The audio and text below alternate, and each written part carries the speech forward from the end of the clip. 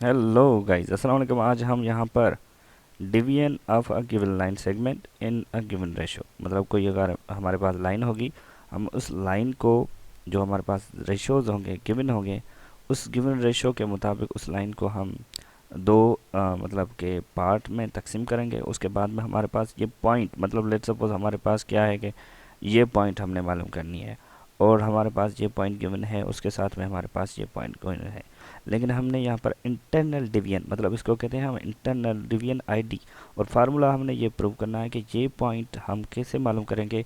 उसके लिए यहाँ पर ये एक स्ट्रेट लाइन है, उसके लिए हमने यहाँ पर फार्मूला ड्रा करना है। ड्रा करने से पहले मैं ये फिगर ज़रा आपके लिए बना लेता हूँ।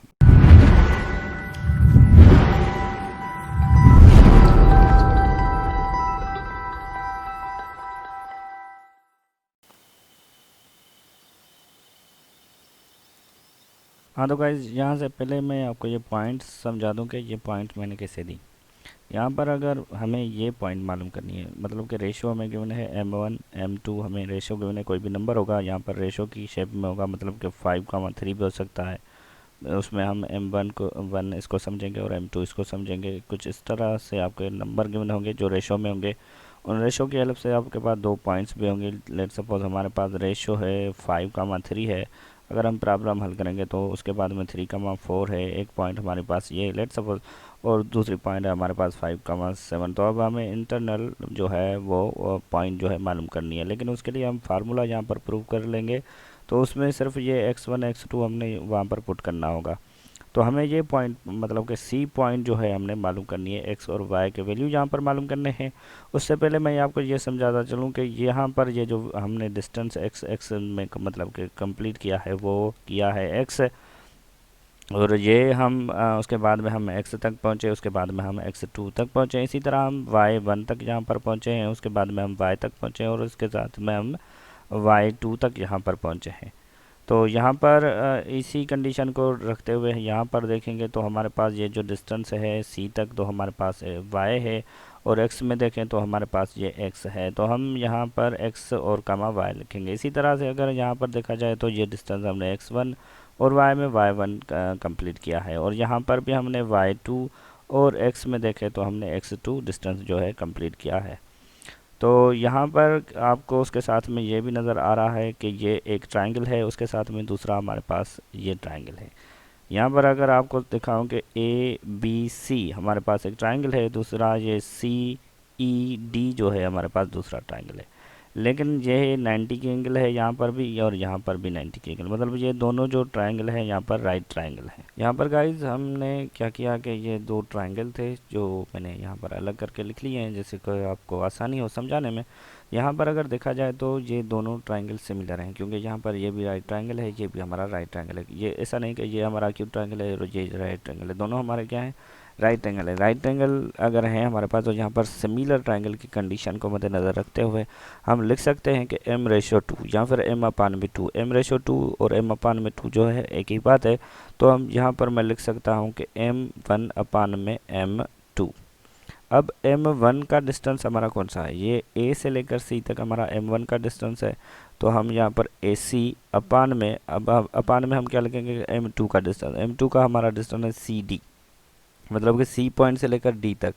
तो सी पॉइंट से लेकर डी तक हमारे पास कौन सा डिस्टेंस हो जाएगा, सी डी हम यहाँ पर लिखेंगे। इसको मॉड्यूल में बंद करेंगे क्योंकि डिस्टेंस हमेशा हमारा क्या होता है, पॉजिटिव होता है। और इसके अकॉर्डिंग अगर ये इक्वल हैं, सिमिलर हैं, तो हम, मतलब कि ये रेशियो अगर आपस में सिमिलर हैं तो हम इनको भी सिमिलर कह सकते हैं, क्योंकि हमारे पास, हम यहाँ पर x की पहले मालूम करेंगे, उसके बाद में y की करेंगे। तो x के लिए हम x, हमारे पास x का डिस्टेंस यही बताती है पॉइंट, ये लाइन बताती है, यहाँ पर ये लाइन बताएगी। तो हम यहाँ पर x का मालूम करने के लिए यहाँ पर देखा जाए तो ए बी जो डिस्टेंस है वो सिमिलर है सी ई डिस्टेंस के। ए बी डिस्टेंस जो हमारा है वो सिमिलर है सी ई डिस्टेंस से। तो हम यहाँ पर ए बी अपन में सी ई लिखेंगे। अब मेन बात जो हम यहाँ पर लिखना चाहते हैं वो ये है कि अगर यहाँ से देखा जाए कि ये डिस्टेंस जो है हमारा ए से लेकर बी तक, ये डिस्टेंस, और ये एक्स से लेकर x1 से लेकर x तक, ये दोनों डिस्टेंस सेम हैं, इक्वल हैं।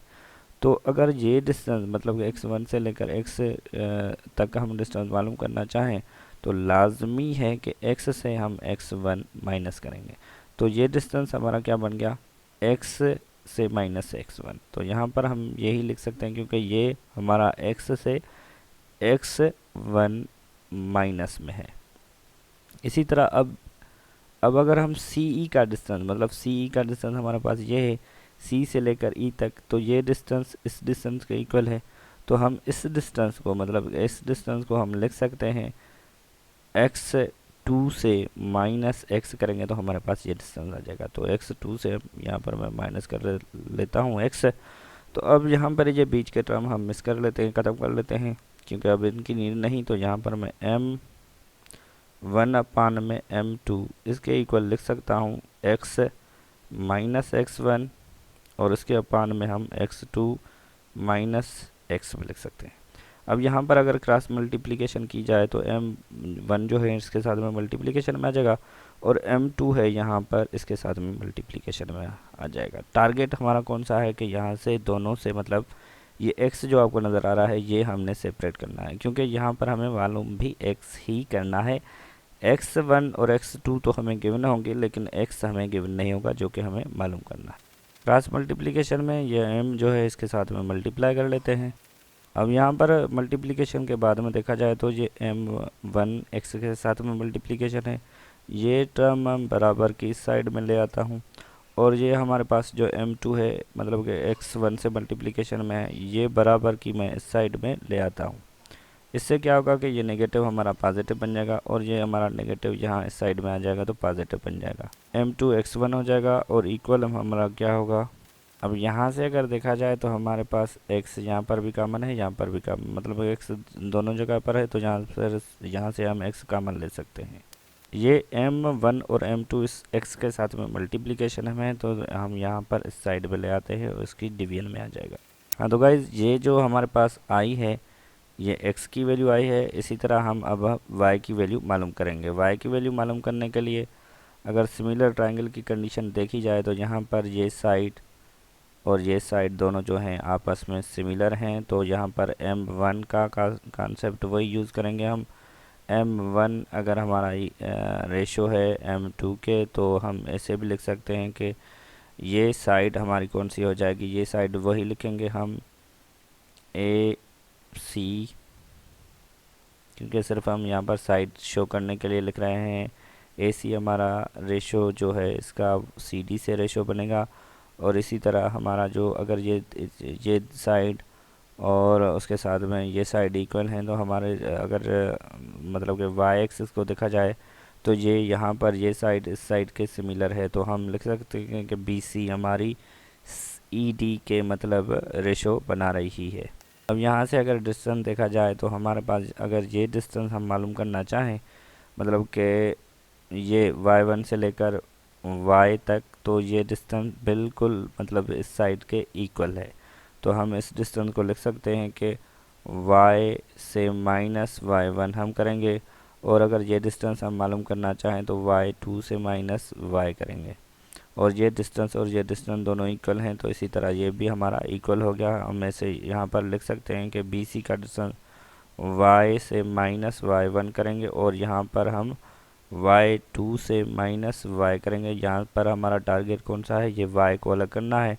तो हम इसको सिंप्लीफाई करते हैं, बीच वाले टर्म को मिस कर लेते हैं, लेकिन m1 अपान में m2 को इक्वल लिख लेते हैं हम यहाँ पर भी गाइज वही तरीका करना होगा कि क्रॉस मल्टीप्लिकेशन करनी होगी। m1 इसके साथ में मल्टीप्लाई करना है और m2 इसके साथ में मल्टीप्लाई करना है, बिल्कुल इसी की तरह। तो ये मैं डायरेक्टली कर लेता हूँ। अब यहाँ पर क्या करते हैं कि ये m2 का जो नेगेटिव का टर्म है यहाँ ले आते हैं, और ये जो नेगेटिव का टर्म है यहाँ ले आते हैं। तो यहाँ से गाइस अब हम y जो है कॉमन ले लेते हैं, और यहाँ पर तो y1 है और y2 है, ये चेंज है, यहाँ से हम कॉमन नहीं लेंगे।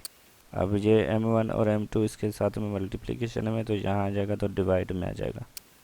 हाँ, तो गाइस ये फाइनल में हमने y की वैल्यू निकाल ली है और x की वैल्यू निकाल ली है। अब c की जो पॉइंट है हमारे पास, c में पॉइंट है x और कामा y, तो x और कामा y की x की जगह पर हम ये वैल्यू लिखेंगे, और m1 और x2 मतलब कि ये पूरी की पूरी वैल्यू लिखेंगे, और y की जगह पर ये पूरी वैल्यू लिखेंगे। हाँ तो गाइज अब इस इंटरनल फार्मूले की हेल्प से हम इंटरनल पॉइंट मालूम कर सकते हैं जो कि हमारे पास सी है, और ये यूज़ करेंगे हम रेशो के फॉर्म में। तो हमारे पास अब ये जो हमारे पास पॉइंट है सी, अब इसकी वैल्यू हमारे पास ये निकल कर आई है और इसको हम इंटरनल फार्मूला कहते हैं। तो मैं इसको प्रूव या फिर हैंड्स हमने जो आंसर था वो निकाल लिया है। इतना ही गाइज। अगर ये मेरा वीडियो आपको अच्छा लगा तो मेरे चैनल को लाइक कीजिए, सब्सक्राइब कीजिए और अपने दोस्तों के साथ में शेयर कीजिए, जैसे मेरी हौसला अफजाई हो।